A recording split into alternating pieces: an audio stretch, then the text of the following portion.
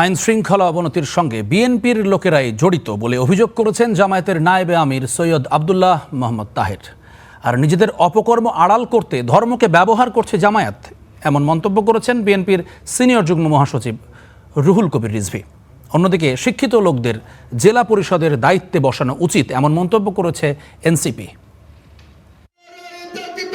কুমিল্লার 14 গ্রামে জামায়াতের ঈদ পুনর্মিলনী ও গণসংবর্ধনা অনুষ্ঠান। এতে বিভিন্ন স্তরের নেতাকর্মীদের সঙ্গে অংশ নেন জামায়াতের নায়েবে আমির ডাক্তার সৈয়দ আব্দুল্লাহ মোহাম্মদ তাহের। বক্তব্যে জামায়াতের এই নেতা অভিযোগ করেন, আইন শৃঙ্খলা অবনতির সঙ্গে বিএনপির লোকেরাই জড়িত। এ কারণে আইন শৃঙ্খলা বাহিনী কঠোর হতে পারছে না। আইন শৃঙ্খলা পরিস্থিতি আনফরচুনেটলি গ্রাজুয়ালি আরো অবনতি করছে।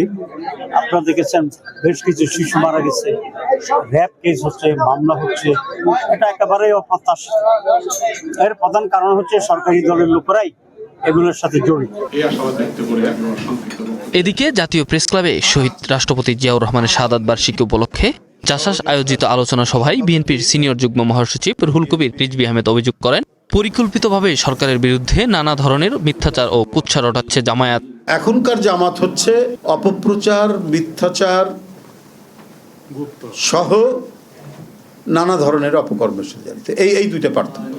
রিজভীর অভিযোগ, দেশের বিভিন্ন স্থানে চাঁদাবাজিতে জড়িত জামায়াত নেতারা নিজেদের অপকর্ম আড়াল করতে ধর্মকে ব্যবহার করছেন তারা। জামাত ধর্মের নামে রাজনীতি করেন, সব নাকি পবিত্র মানুষ।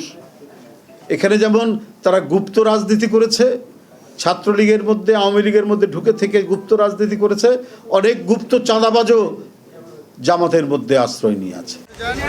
এদিকে কুমিল্লা জেলা পরিষদের প্রশাসকের বক্তব্যের জবাব দিয়েছেন এনসিপির মুখপাত্র আসিফ মাহমুদ সজীব ভূঁইয়া।